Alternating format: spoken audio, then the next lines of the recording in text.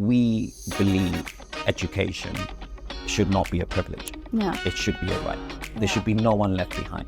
And many politicians say it, many companies say it, but Dr. Rana has really put action behind those words. Yeah. There are demographics out there that want to improve themselves. And how do you improve yourself? You improve yourself through education. That perhaps, for whatever reason, there was not accessibility for them. So we wanted to reach out to those demographics. You're absolutely right, Mahima. More than 90% of our students, and we have over 40,000 students in the UK, more than 90% of our students in the UK are first generation higher education goers. So basically their parents didn't go to university, didn't have access to higher education. Their older siblings perhaps didn't have access to higher education. Through GBS, one of our brands, GEDU brands, we were able to provide them with access to higher education. So one of the ways you even the playing field for students that perhaps don't come from a privileged background is give them access to this network. Yeah. So they can network with these industry professionals, and then, if that industry professional, you pick their eye, next time they have an opportunity, be it an internship, be it a part-time job, etc., they'll remember you.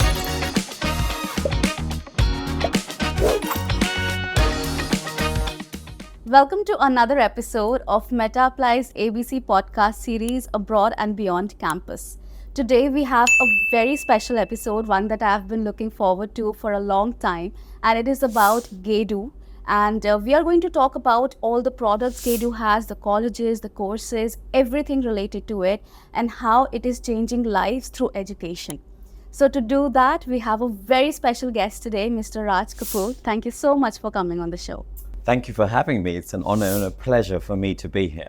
So Mr. Raj has over 30 years of experience in the education industry, and he is going to talk about how education has evolved over the years and what are the latest skills and the skill gap that is there in the industry, and how GEDU is fulfilling them that through their courses, through their skill sets, through their colleges and campuses. So my first question to you is, Mr. Kapoor, that how do you think that GEDU is, changing lives through education, and what is the core at the heart of GEDU and their vision?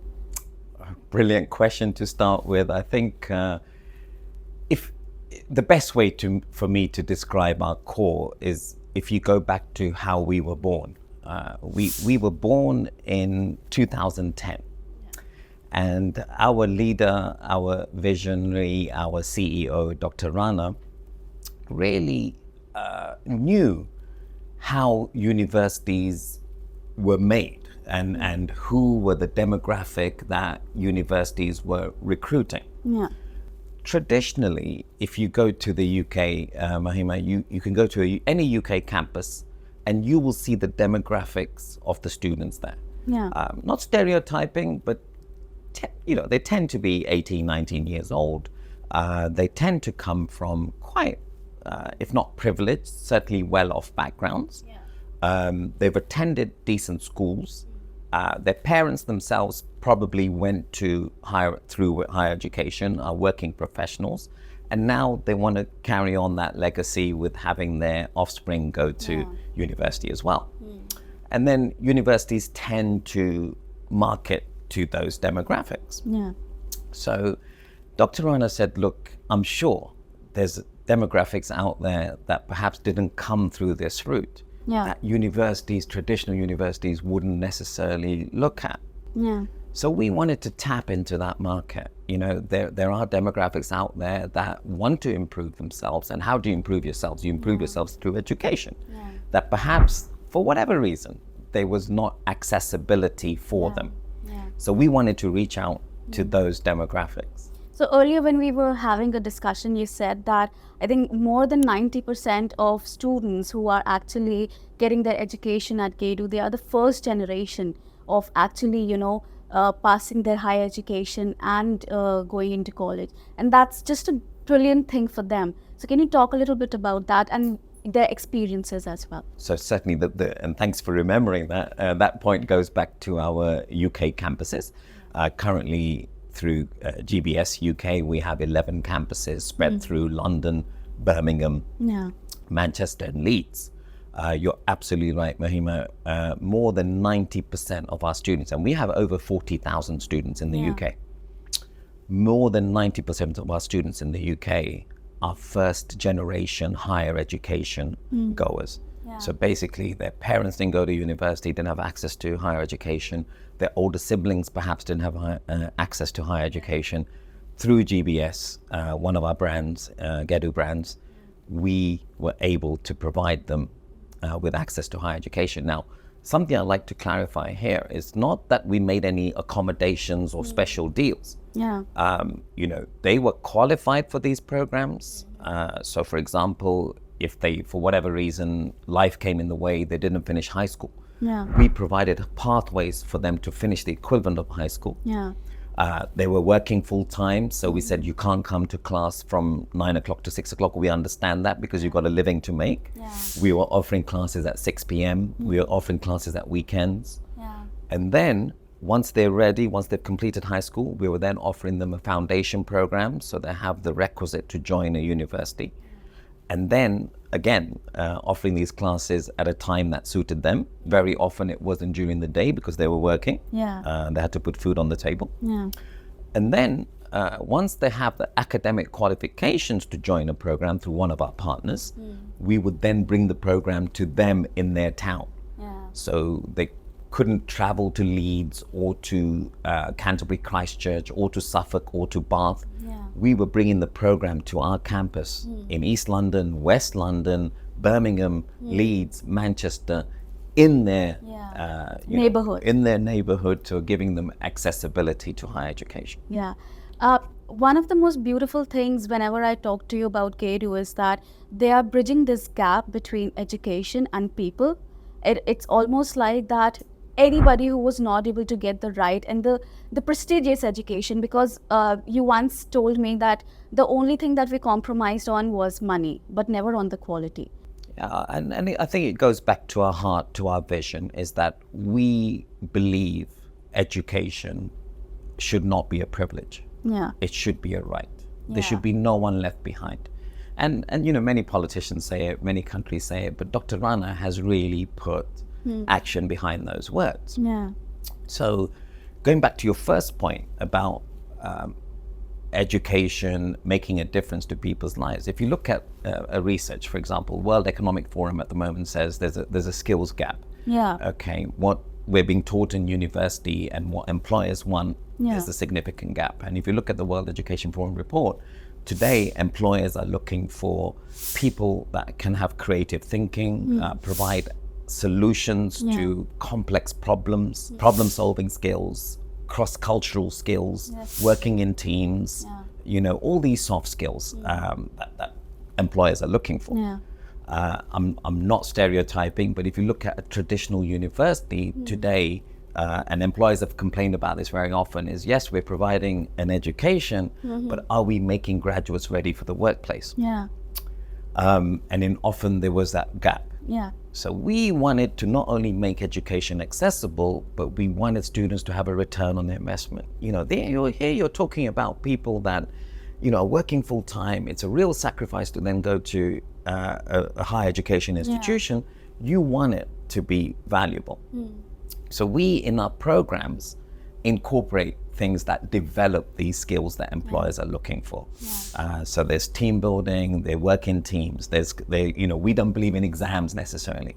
If you go back, Mahima, to your university or school days, I know if I do, I was taught so many things that the professor or the lecturer put on the board.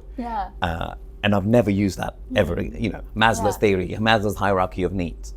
I've never had to use it, but I have had situations where the team has not been motivated. They lack a motivation, and I've been told, what are you going to do about it?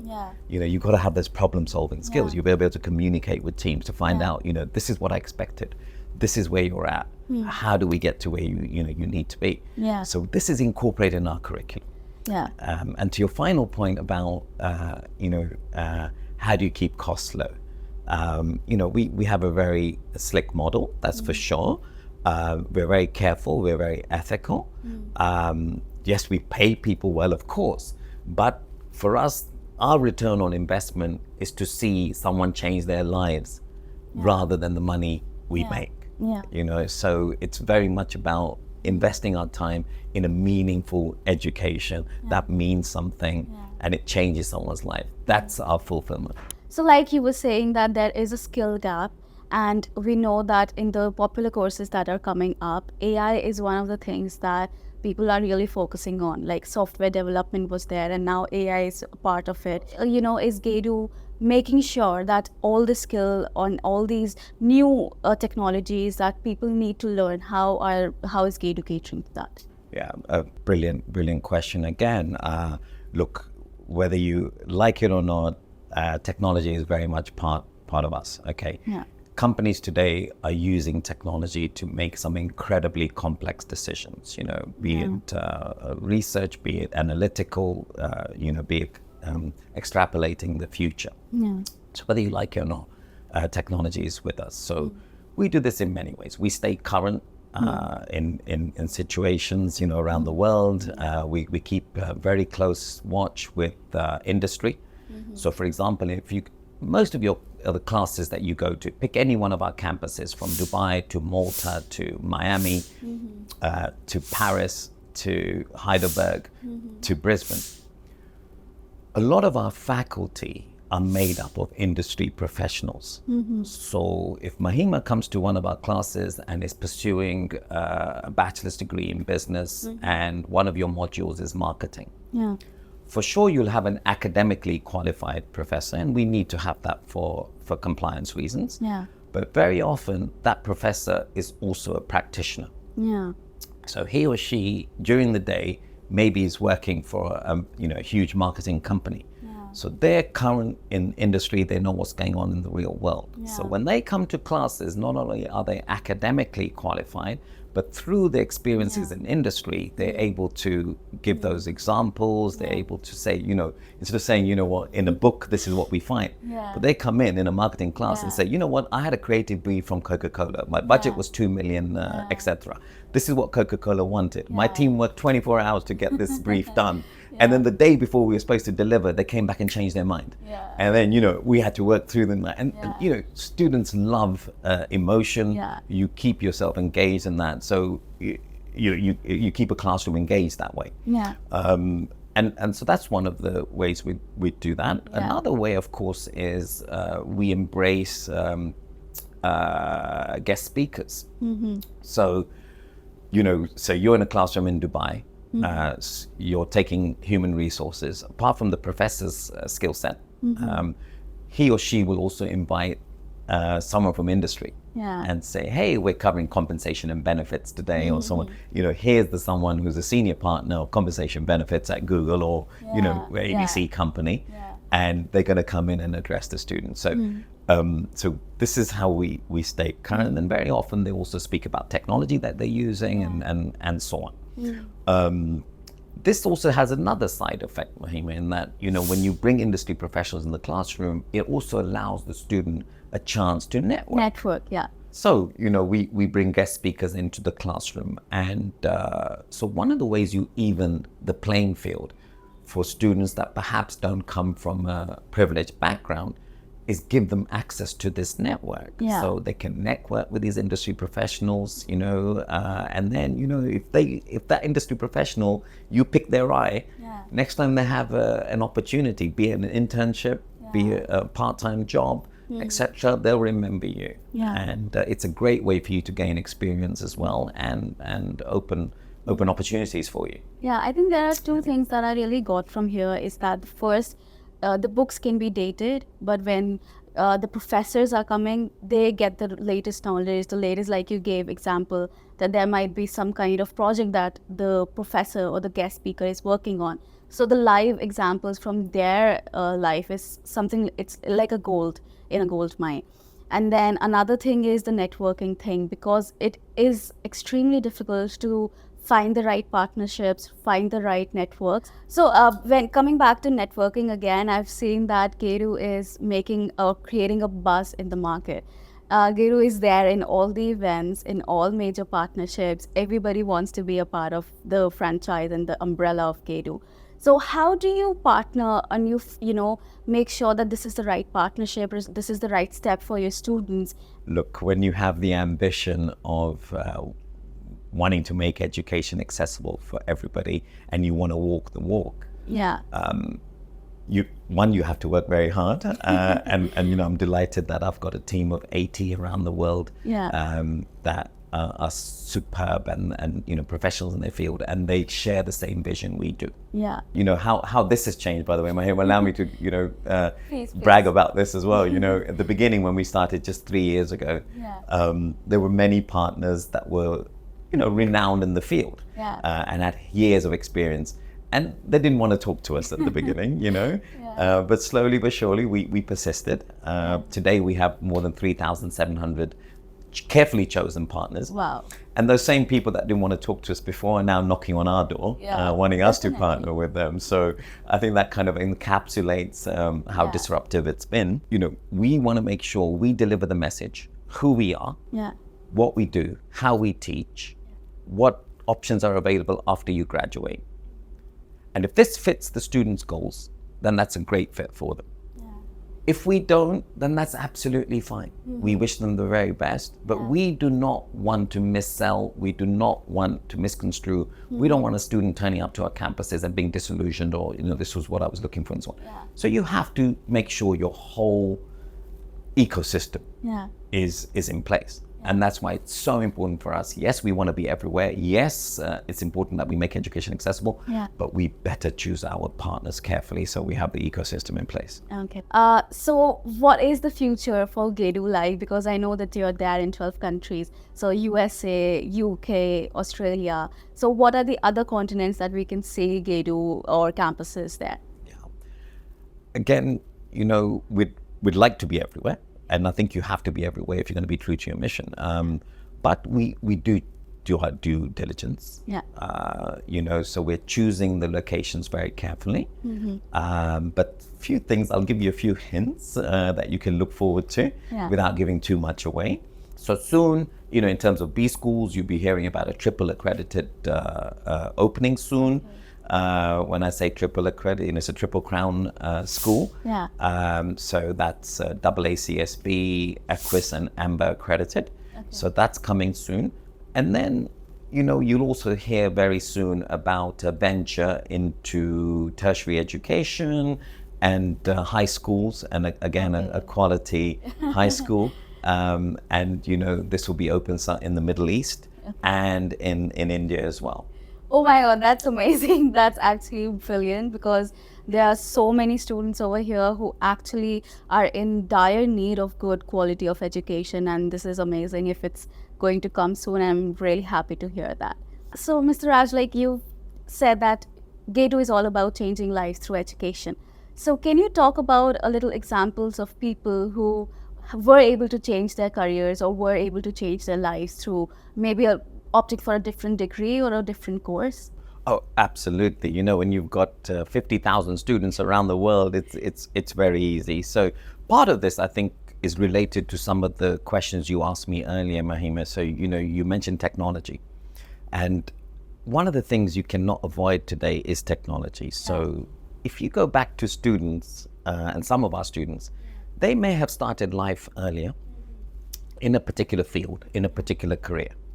And then through whatever reason, that company that they work for or the career that they were in has evolved so much that technology has taken over. And then you fail to keep up. And that company, through various, for various reasons, doesn't exist. That industry doesn't exist. We've got many examples in life. So because of the way we teach, the way we make education a lifelong thing, the way we have practical examples in class, the way we have practitioners teaching, our courses are current. So what we've had in many cases is where you've got students in this situation, they've come to us, they were in industry A, B, C before. Now they've joined one of our courses, they've changed careers. So we've had people that were nowhere, in different fields, they've now come and taken a course with us and they've become teachers. You've had people that were in a different field, taken a course with us, and now they're in healthcare. So without mentioning any names, several examples exist like this. And I think a tip for your audience is that one of the things you do in university is you learn to be a lifelong learner. Learning never stops. And you don't want to get to a situation where you're at a stage where you think you know it all and I've got nothing else to learn. Because very soon you'll be out of touch. Yeah. And I think one of the things we do very well at GEDU is to remind people that education is lifelong. Well, thank you so much for giving us the time. I know that you're extremely busy, but all the things that we have learned so far has been amazing. And I hope that our audience also enjoys it. Thank you so much. It's been a pleasure, and thank you for having me. Well, I hope that this episode has been extremely fruitful for you. And through all these ABC podcast series, we always try to bring the best of the information in the study abroad industry. And that has always been our aim to, of course, change lives through education and to bring you universities that really want to invest in their students and help them reach their study abroad dreams, their success in their career, and reach the dream that they've always had. So if you want to also study abroad and if you want the good counseling, the one-on-one sessions and free services, of course, then make sure that you subscribe to our channel and reach out to us in the comment section below.